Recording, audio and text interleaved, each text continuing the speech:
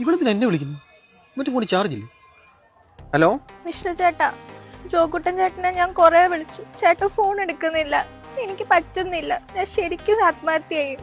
എനിക്ക് ഡിപ്രഷൻ ആവുന്നുണ്ട്. അങ്ങേരവിടെ ഉണ്ടെങ്കിൽ പറഞ്ഞേക്ക്. എന്റെ രമണത്തിന് മരണത്തിന് ഉത്തരവാദി അങ്ങേരാണെന്ന്.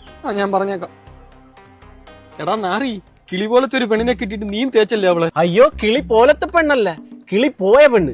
അവള് ടോണിക്കാടാ. ടോണിക്കും? എടാ, ഈ ഭയങ്കര കുഴപ്പം പിടിച്ച ആൾക്കാരെ പറയത്തില്ലേ, ടോക്സിക്. എടാ സ്പോക്കൺ ഇംഗ്ലീഷിന് പോയതിന്റെ അഹമ്മദിയൊക്കെ എനിക്ക് മനസ്സിലാവും. എനിക്ക് കാര്യം മനസ്സിലായല്ലേ? അതെന്തായാലും ആട്ടെ, നീ ഇപ്പൊ അവളെ തേക്കാൻ കാര്യം എന്താ? ഈ മൊരമൊരാന്ന് ശബ്ദമുള്ള എന്നെ കൊണ്ട് അവള് പാട്ടൊക്കെ പാടിക്കൂടാ.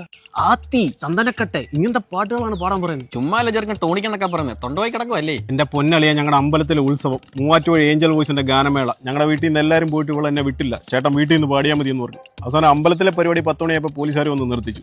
ഇത് മൈക്ക് സാക്ഷ്യം പോലും ഇല്ലാതെ വെളുപ്പിനെ 3 മണി വരെ ഞാൻ ടെറസിന്റെ മുകളിൽ നിന്ന് പാടിക്കൊടുക്കുമോ ഇവക്ക്. പത്രക്കാരൻ 7 മണിക്ക് വന്ന് ബെല്ലടിക്കുമ്പോൾ ഞാൻ മുകളിൽ നിന്ന് ചെയിൻ സോങ് അടിക്കുന്നു. എന്റെ ദൈവമേ, നിന്റെ കസിമ്പയൻ അവളുടെ അടുത്ത് നിന്ന് ഉയരും കൊണ്ട് രക്ഷപ്പെട്ടാടാ. നീ ഇനി ഒരു കാരണവശാലും അവർ തമ്മിൽ കണക്ട് ചെയ്ത് കൊടുക്കല്ലേ. ക്രൂരതയാണത്.